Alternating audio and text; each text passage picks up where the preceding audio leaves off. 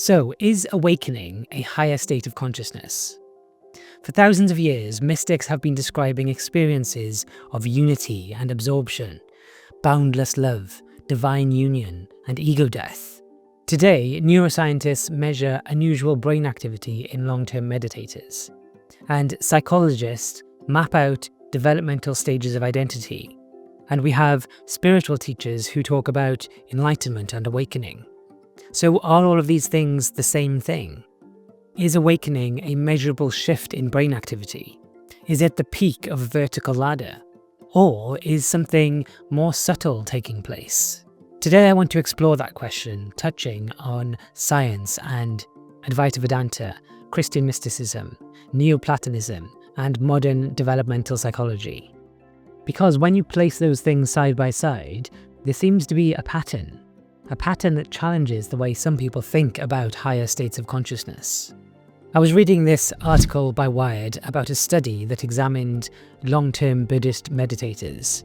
The study found that the meditators had an unusually high level of gamma wave synchronization across distant regions of the brain. Now, gamma activity is often associated with integration, that is, different neural systems operating coherently. And long-term practice appeared correlated with stable patterns of heightened integration.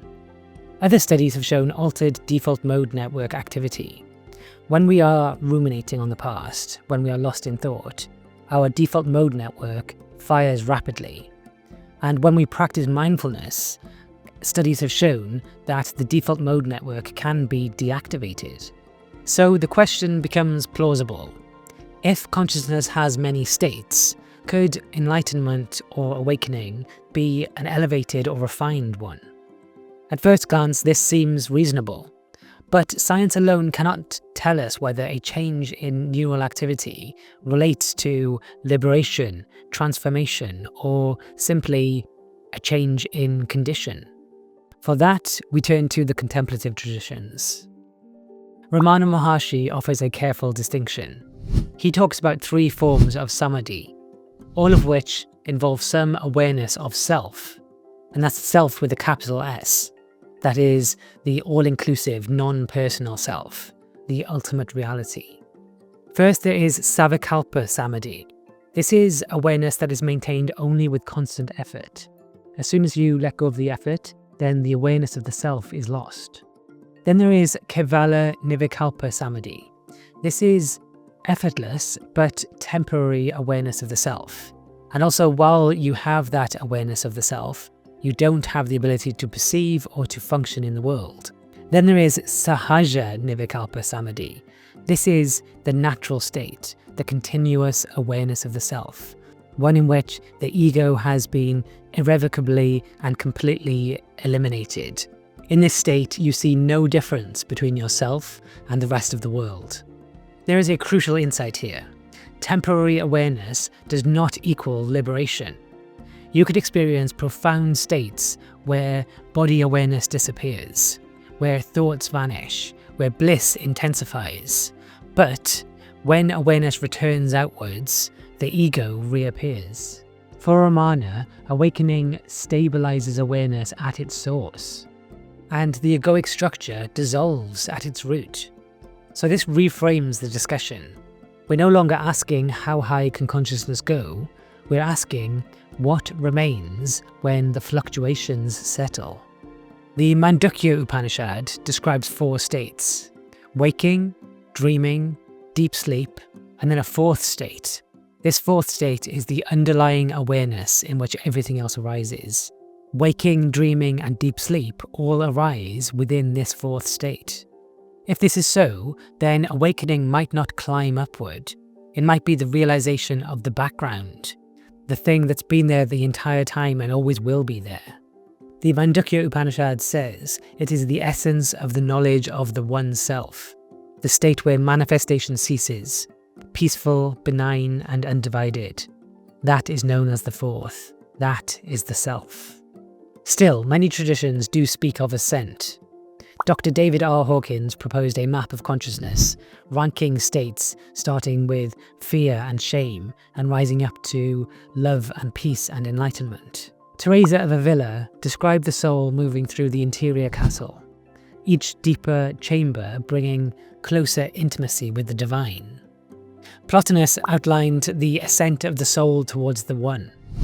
These are all vertical models. They all describe an upward path.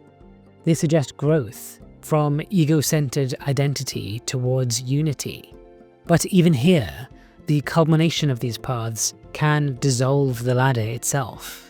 Plotinus's One transcends conceptual thought, and Teresa's final mansion describes marriage, this divine union without separation. So the vertical language is pointing upward, but the culmination points inward. Meister Eckhart speaks of the ground of the soul. He says, "The eye with which I see God is the eye with which God sees me." This is a statement about identity. The ground in which perception arises is shared. There is no distance between the knower and the known, and that echoes what Ramana Maharshi and the Mandukya Upanishad were saying. William James explored mystical experiences in The Varieties of Religious Experience. He identified common features: ineffability, a noetic quality, meaning this sense of revealed truth, passivity, and transiency. Transiency is important here. Mystical experiences tend to pass. They often leave an afterglow or a sense of transformed perspective, but they do pass. Which returns us to the central question: is awakening or enlightenment a passing state? Or is it a shift in identity so fundamental that fluctuations no longer define it? We can now see three possibilities. Awakening as a neurological condition, measurable, trainable, stabilized brain coherence. Awakening as a developmental achievement, moving through structured stages of maturity. Or awakening as recognition of the ever-present ground, something that is uncovered rather than gained. These models overlap, but they are not identical. Brain changes may accompany practice.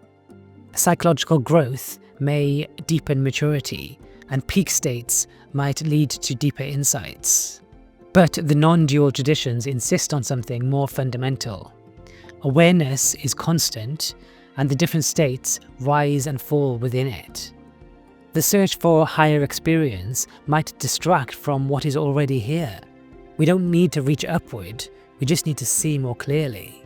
So, do higher states of consciousness exist? Yes, science observes them, mystics describe them, and psychology maps them. But the deepest traditions suggest that the highest realization isn't a state.